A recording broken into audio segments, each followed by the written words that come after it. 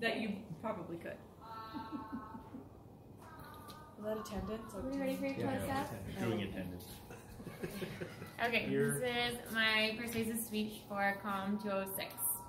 And I have my PowerPoint on display. It's also been uploaded to the portal as well. Okay, so how would you feel to know that there was a disorder that you could get at any point in your life, and not catching it in time can kill you? What if you were told that there was no way to prevent this disorder, but you could manage it and live a full, healthy life? Of course, only if you caught it in time. If you do not catch it in time, you could die or live in a severely disabled state for the rest of your life, never getting to live independently again. How would you feel to know that the screening for this test costs a doctor's office a mere 50 cents? Or to know that there is no protocol put in place for testing? This disorder is real. This disorder is an autoimmune disorder known as type 1 diabetes. The symptoms for type 1 diabetes can be easily explained away, with symptoms such as excessive thirst, excessive urination, lethargy, labored breathing, excessive hunger, weight loss over a short period of time, nausea, vomiting, bedwetting, headache, stomachache. Unfortunately, more often than not, these concerns are dismissed by pediatricians and parents are sent home to wait it out. This has deadly consequences, as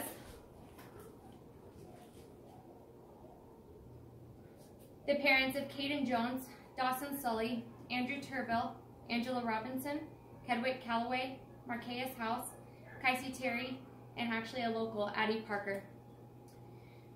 Each of these children are dead because a doctor dismissed their parents' concerns. Each of them could have potentially been saved if there was a routine screening protocol. Each of these children was a son, a daughter, a sister, a brother, a godchild, a niece, or a nephew. They each died from diabetic ketoacidosis due to a missed type 1 diabetes diagnosis.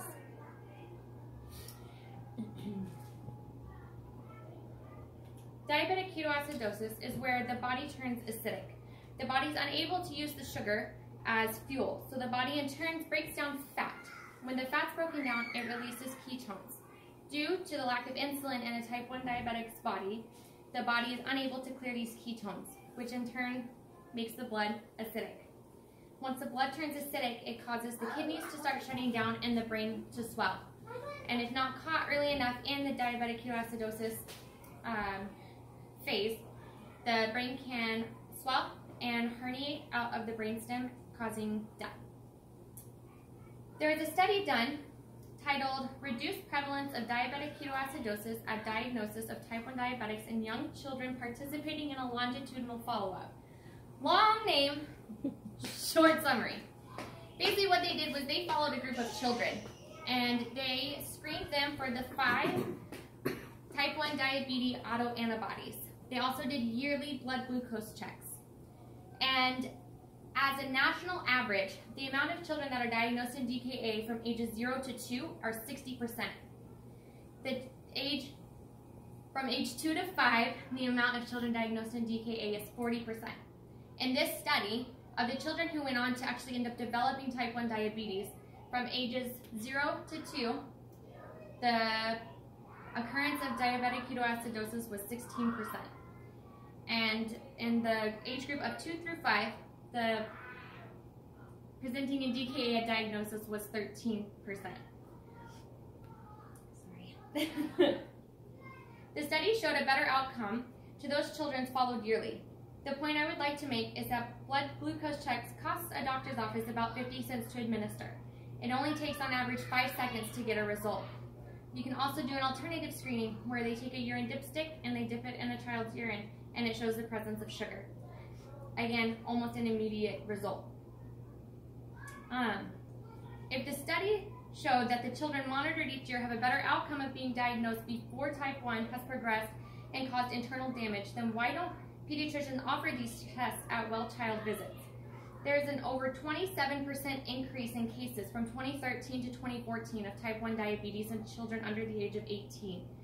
Researchers don't know why this increase is happening. What they do know is that every year since then, the percentage of children diagnosed, the number of cases diagnosed, have increased. Yet, While the cases are increasing, the number of children who are passing away due to this not being caught in time also increases.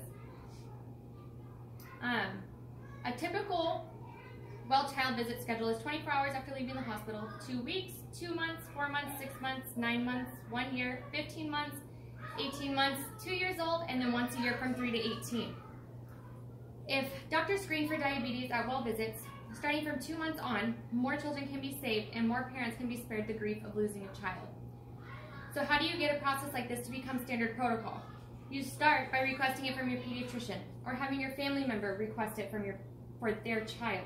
As the doctor catches more cases early, the understanding of necessity becomes clear. You can provide flyers and ask pediatrician offices to post them in the lobby. There's a group online called the Type 1 Diabetic Mod Squad, which is Mothers of Diabetic Squad. And each November, which happens to be Diabetes Awareness Month, we print out flyers and we pass them out to pediatricians around our area to ask them to display. So if a parent comes in with a sick child and sees that poster, it's something that they can ask about. It's a quick 5-second test that could ultimately save their life. Poking your child's finger isn't desirable. I'm a mom of almost 5 girls. You don't want to inflict pain on your child. The thought of possibly having to give your child a minimum of 4 shots a day is scary. You may think it'll never happen to your son or your daughter or your niece or nephew, your godchild, so why put them through a poke? I promise you, giving them 3 seconds of pain is worth it to not be planning their funeral. I used to think, not my kid, she's not fat, I'm a good mom. I was completely uneducated. Not my kid, I would say, until it was my kid. Until my kid was the one in a hospital bed in and out of consciousness. Until it was my kid that the doctors told me had a 50-50 shot of coming home with me. I would have done anything for the doctor's office to poke her little finger before her life was hanging on a very thin string. I now try to educate everyone I know. I push for people to ask their doctor to do the screening at well visits and will continue to do so until this is considered normal protocol. So not one more child has to suffer. So not one more child has to die. So not one more child has to have their independence stripped from them.